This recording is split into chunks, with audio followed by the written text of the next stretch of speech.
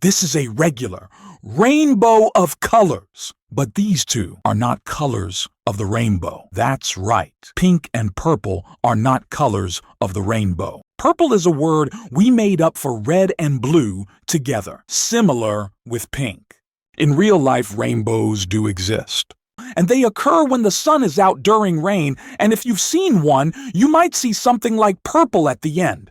But that's not purple, that's violet and indigo, not pink and purple, but I have a better example.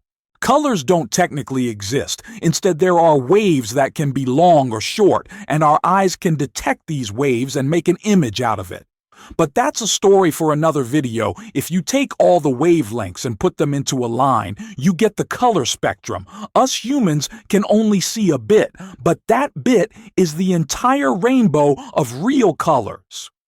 Here you can see violet and indigo, but still no pink and purple. Pink and purple aren't true colors. They're just made-up mixes our brain creates.